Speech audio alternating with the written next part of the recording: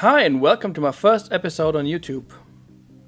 In this video I want to have a look at a used not working Game Boy from eBay that I'm gonna repair and refurb. The seller claimed the unit wasn't working at all. He didn't mention it was that filthy and sticky, however. I also got a completely new shell and buttons from AliExpress, but the plastics on that, I think it feels cheaper compared to the original Game Boy shell, so we will just use that kit for parts if we have to. Taking a closer look, we can see that the batteries have leaked, which is in most cases the main defect of these broken eBay Game Boys. As you can see, the terminals have a substantial amount of corrosion on them. We will have to clean them up later. Before taking the Game Boy apart, I want to show you that the main problem we have are only the terminals. So the only thing we have to do is loading 4 fresh batteries into the Game Boy and give it a try.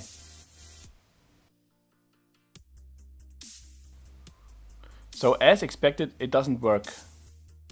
I normally rotate the batteries and the friction will make contact between the batteries and the terminals. And the Game Boy might work for a very short time, but that's not a permanent fix.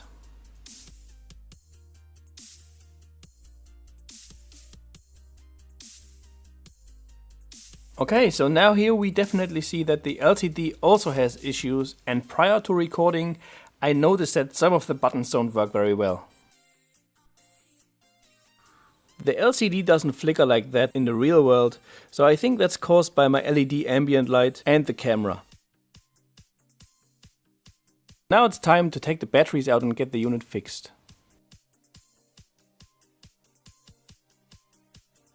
It looks like the previous owner already opened this before, since the 2 screws at the bottom are not the usual driving screws you'd expect to find on a Game Boy. I just hope we won't find any bad surprises inside.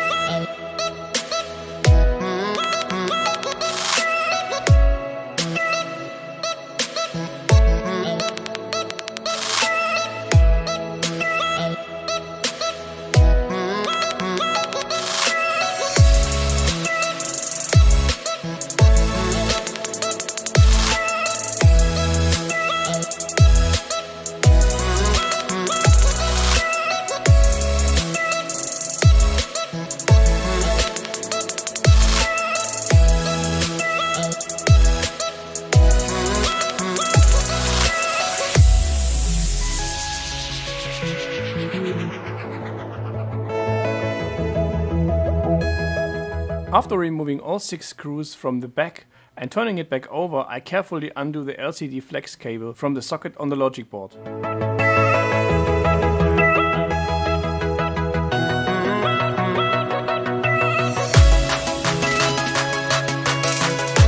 Since I'll try to retro-bride the plastic parts, we have to remove all the PCBs, which means more screws.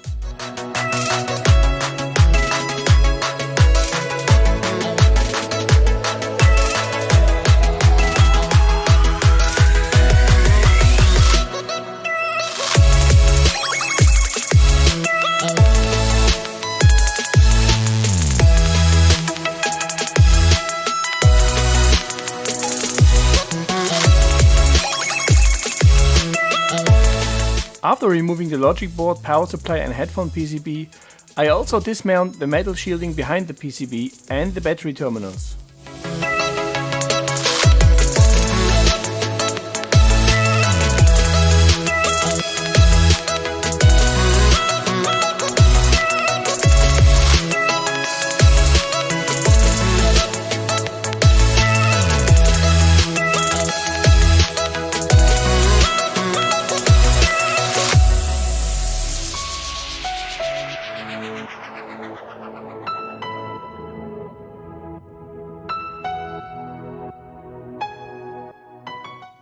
Luckily, only the connecting terminals are corroded and the 2 soldered to the logic board are okay, so we don't need to unsolder them to give them a cleanup.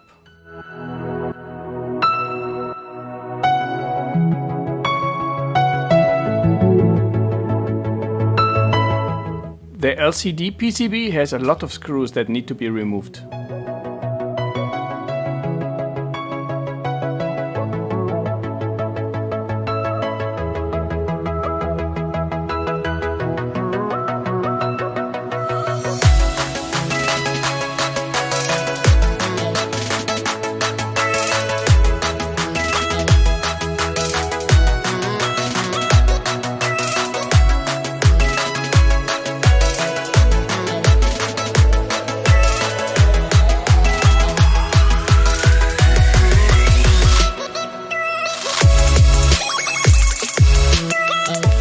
After removing all of the screws, carefully lift up the PCB. The LCD is glued to the front, so you might have to heat it up. But this time I got away without that step.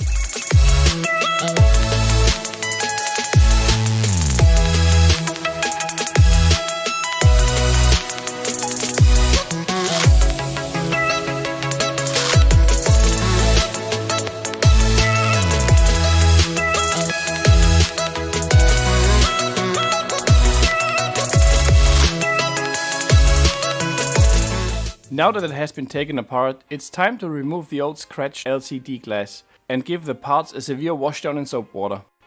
If you want to have a nice retro brighting result, you really have to clean this carefully. Any dirt, grease or fingerprints can give you stains during the bleaching.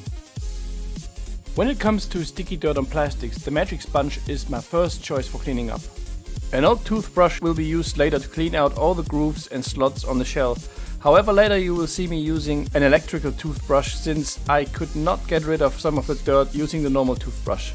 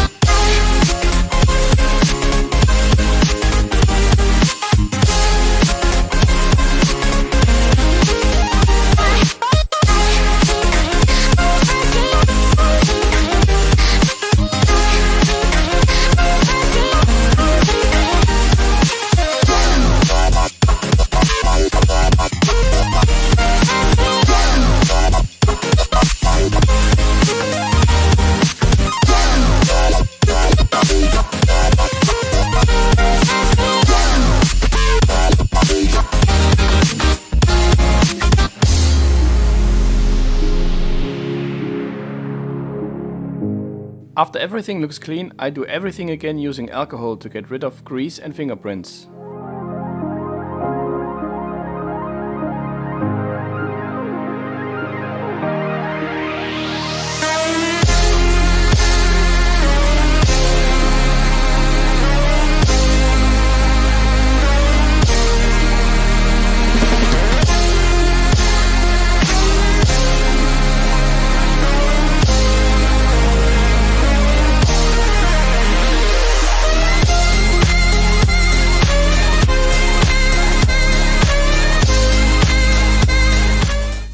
Being soaked in soap and alcohol, the adhesive sticker that used to seal off the LCD can be easily pulled off.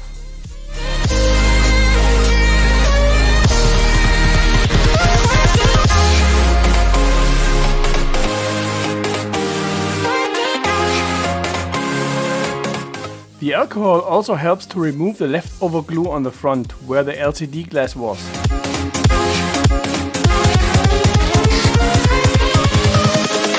Invincible.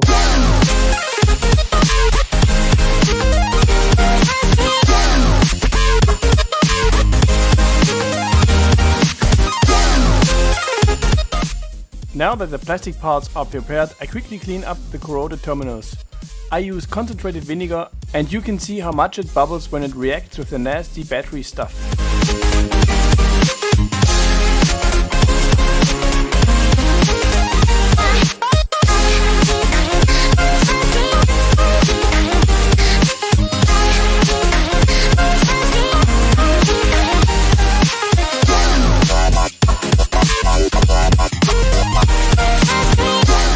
Now comes my favorite cosmetical job. For the retro brighting I use Developer Solution for bleaching hair. It contains a lot of hydrogen peroxide and is very cheap to buy. I evenly cover the whole plastic part with the stuff and then secure everything with kitchen wrap.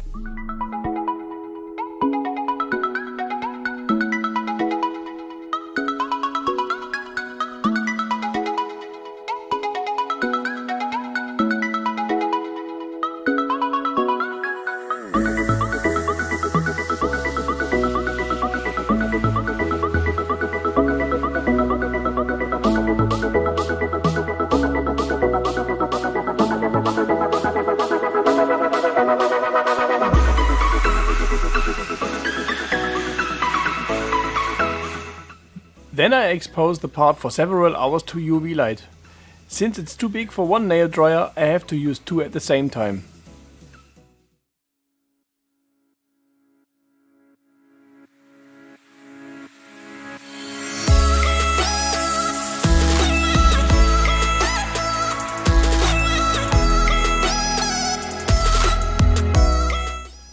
Time to compare the retro-brightened half versus the lower half of the shell. This side currently shown was probably exposed to sunlight more than the rest of the Game Boy. Here you can see how much of a difference that bleaching really does, even though the video is slightly overexposed. Now let's do the rest of the Game Boy.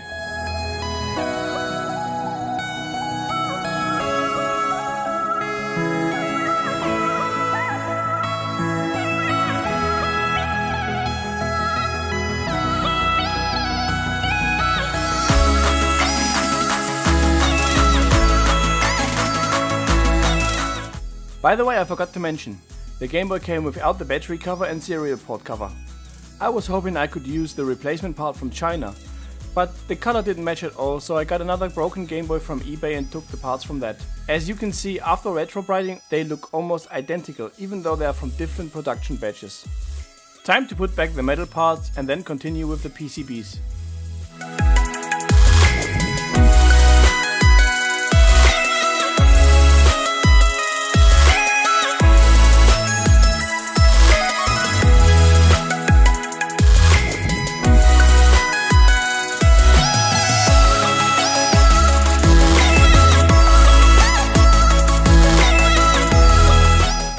First, the cartridge slot has some dirt inside that I have to remove before cleaning the contacts.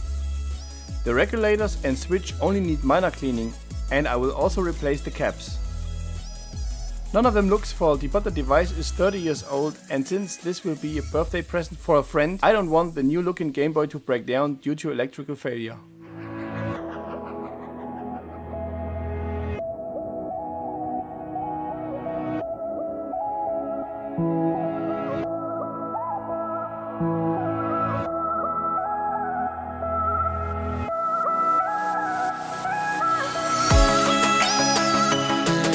Cleaning the cartridge slot with a cotton pad and rubbing alcohol is essential. After this procedure there should be no issues with games anymore.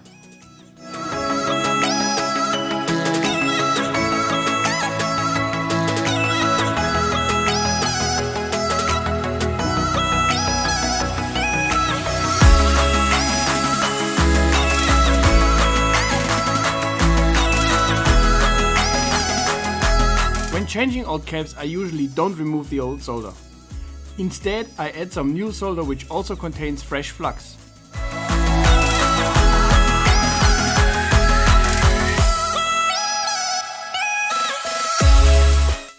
Then I keep heating both terminals until the part can be removed easily.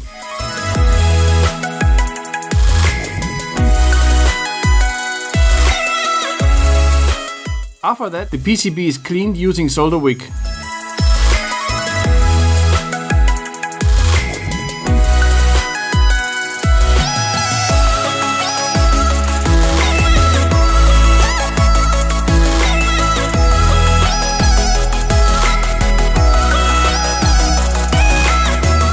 If you experience problems removing excess solder, the easiest way is to add more solder again and retry.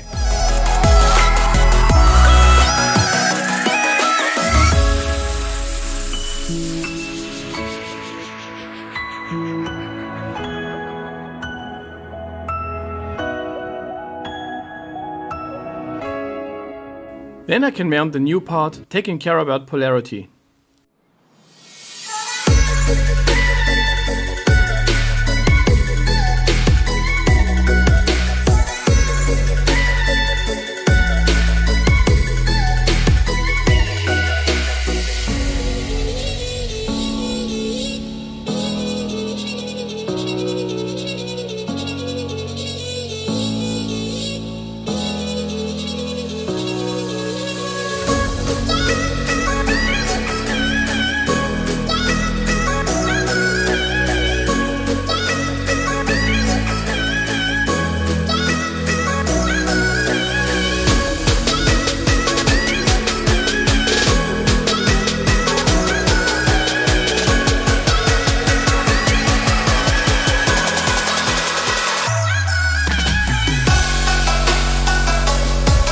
If the PCB looks dirty from soldering, the burnt flux can be removed using alcohol and a cotton bud without harming the PCB.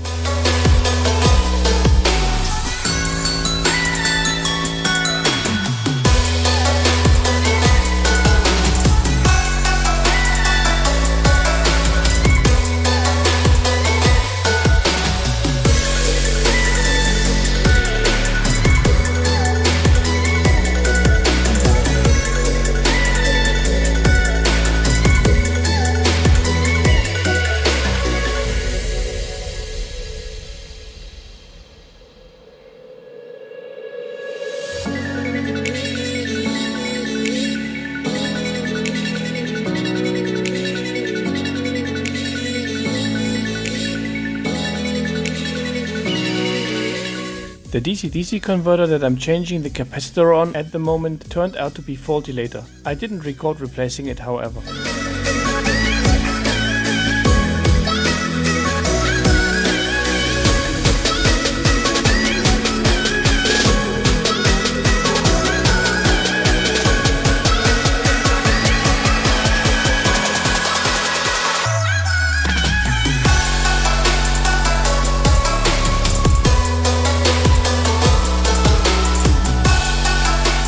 The potentiometers are still working great. I will give them and the power switch a small cleanup using some alcohol and friction anyway.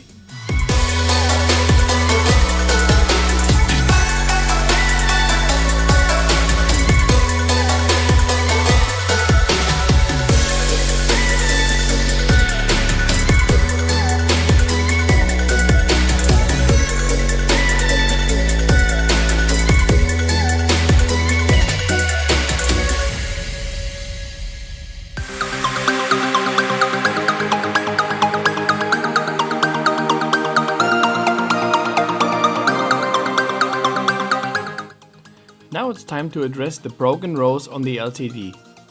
It's worth trying to fix them by pulling up the rubber at the bottom and carefully heating the defective area on the flex cable, trying to reconnect it.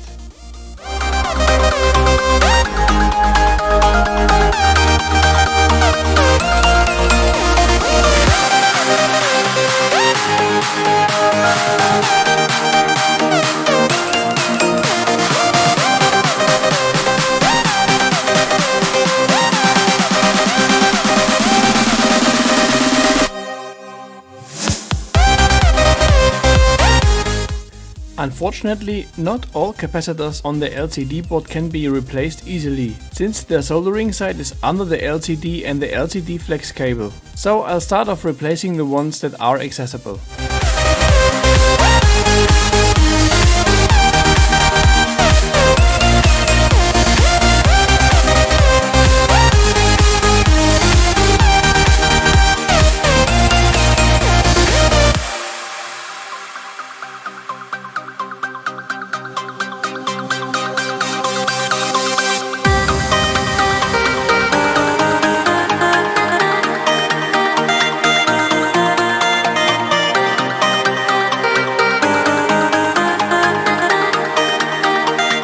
I will add a 470 nanofarad SMD capacitor to each of the 5 caps that I don't want to replace. This will reduce the ESR of the old capacitors and should keep the LCD driver they are connected to happy.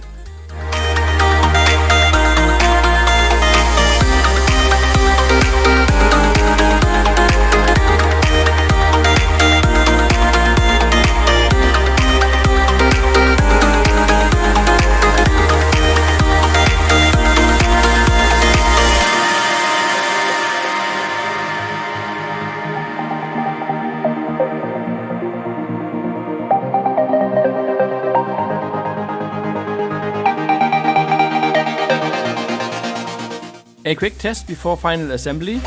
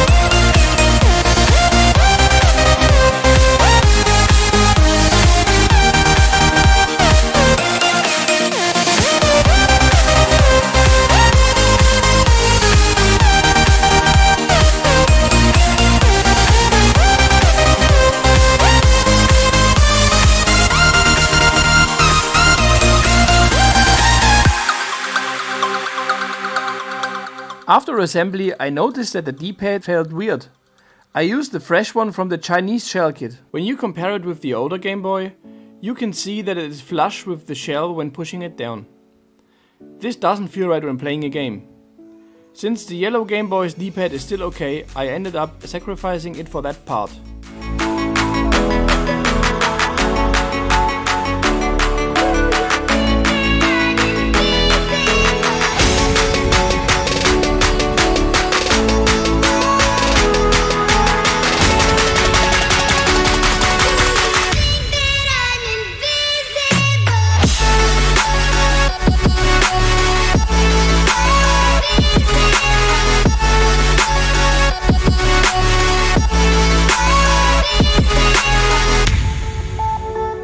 It's obvious that the part on the left is slightly smaller than the original Game Boy part.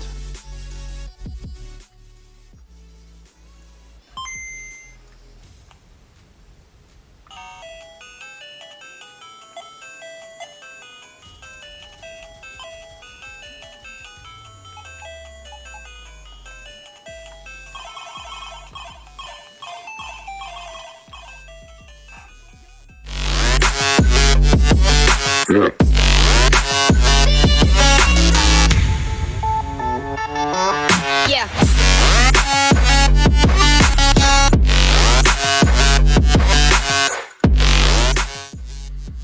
I glue back the serial number sticker that I had removed before retrobriting the shell.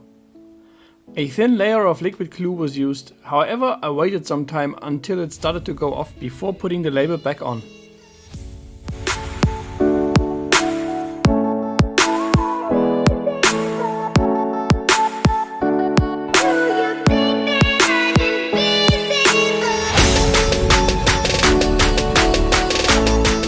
Then, as last step, I carefully reinstall the new LCD glass.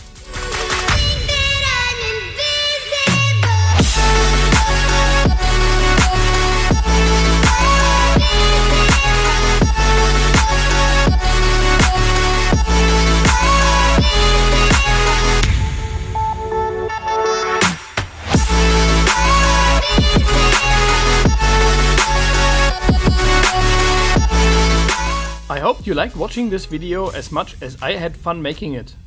If you did, please leave a like, a comment, or consider subscribing to my channel.